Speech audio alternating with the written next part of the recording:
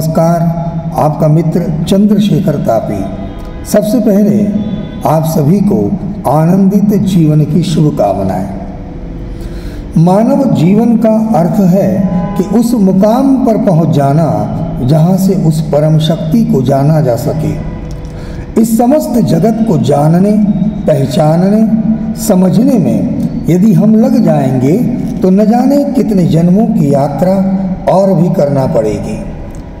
हकीकत में संपूर्ण पृथ्वी का हम भ्रमण करें, विविधता नजर आएगी। इसमें अनेक प्रकार के लोग, उनकी भाषा, संस्कृति, खान पान, ऐसी न जाने कितनी बातें हमें देखने मिलेंगी, किंतु उन सब में एक समानता है और वो है सभी में जीवन है। हर जीव का जीवन है वो सुखद हो, प्रसन्नता से परिपूर्ण हो, यही उस परम शक्ति की चाहत है और उस हेतु वह प्रयास भी करता है। इस मानव जीवन की सार्थकता हो, वो सफल हो, इस हेतु परमात्मा ने एक मार्गदर्शक का कार्य स्वयं किया है और उस हेतु मार्गदर्शक भी इस भूमिका को निभाने के लिए गुरु के रूप में इस पृथ्वी पर अवतरित किया है। गुरु के द्वारा ही हमें मार्गदर्शन मिलता है। गुरु का अर्थ है गुरु बताना, यानी रहस्य बताना, अर्थात जीवन को कैसे जिया जाए कि यह जीवन आनंद से व्यतीत हो। वास्तव में जीवन का अर्थ आनंद है और इसे ही बताने हमें गुरु के मार्गदर्शन की आवश्यकता होती है। गुरु का सानिध्य अंधेरे में उजाले का काम करता है। गुरु की महिमा शब्दों में व्यक्त करना असंभव है। गुरु वह ऊर्जा का भंडार है जिससे उसके सानिध्य के लोग अपने जीवन का कल्याण कर लेते हैं। कबीर साहब ने कितना सुंदर कहा है कि सब धरती कागज करूं, लिखनी सब बन राय, सात समुंदर की मसी करूं, गुरु गुण लिखा न जाए। अर्थात सारे पृथ्वी को यदि कागज बना लिया जाए और सारे जंगल को लेखनी कलम बना लिया जाए और सातों समुंदर के पानी को स्याही बना लिया जाए और लिखा जाए तो भी गुरु के गुण नहीं लिख सकते। अनेक जन्मों के बाद मानव जीवन मिला है तो इसका उपयोग वैसा ही होना चाहिए जिसके लिए यह मिला है। और इस जीवन का उद्देश्य है उस परमात्मा, उस परम शक्ति की पहचान कर लेना, उसका सानिध्य प्राप्त कर लेना और जीवन सफल कर लेना।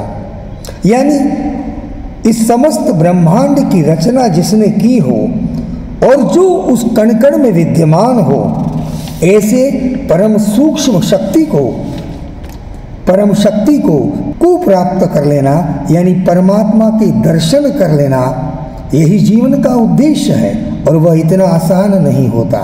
इसीलिए गुरु की महिमा अत्यंत अपार है और गुरु का सानिध्य और मार्गदर्शन इसीलिए जरूरी है कि उस परम शक्ति को, परमात्मा को हम जान सकें, उसका सानिध्य प्राप्त कर सकें। और इसलिए गुरु हमेशा उसके लिए प्रयास भी करता है। व्यक्ति को उस परम शक्ति परमात्मा के दर्शन से, उसके सानिध्य से वो परम आनंद प्राप्त होता है जिस लिए मानव जीवन मिला है। जो सूक्ष्म आनंद है, जो परम आनंद है और वह परम आनंद सूक्ष्म का आनंद है। भौतिक जगत का आनंद तो भौतिक वस्तु जब तक रहेगी, यानी वो पदार्थ जब तक रहेगा तब तक संभव होता है, क्षणिक होता है, किंतु परम और शाश्वत आनंद उस शाश्वत यानी परमात्मा प्राप्ति से संभव होता है जो अलौकिक होता है।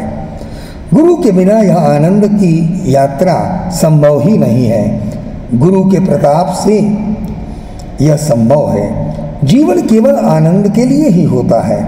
संतों, महंतों, मनीषियों ने इसीलिए परमात्मा को प्राप्त करने के लिए परमात्मा के नाम के स्मरण की बात कही है, यानी नामस्मरण की बात कही है।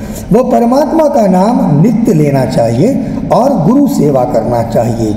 गुरु केवल देह में नहीं होता, गुरु उसके वचनों में भी होता है, गुरु उसके शब्दों में भी होता है, गुरु उसके अमृत वचनों में भी होता है, और यही गुरु का सानिध्य होता है। उसमें अपार शक्ति होती है। गुरु जो कहे वह बहुत महत्वपूर्ण होता है। गुरु सेवा करना है, नामस्मरण करना है, जो यह करता है उसे उस शाश्वत आनंद की अनुभूति होती है।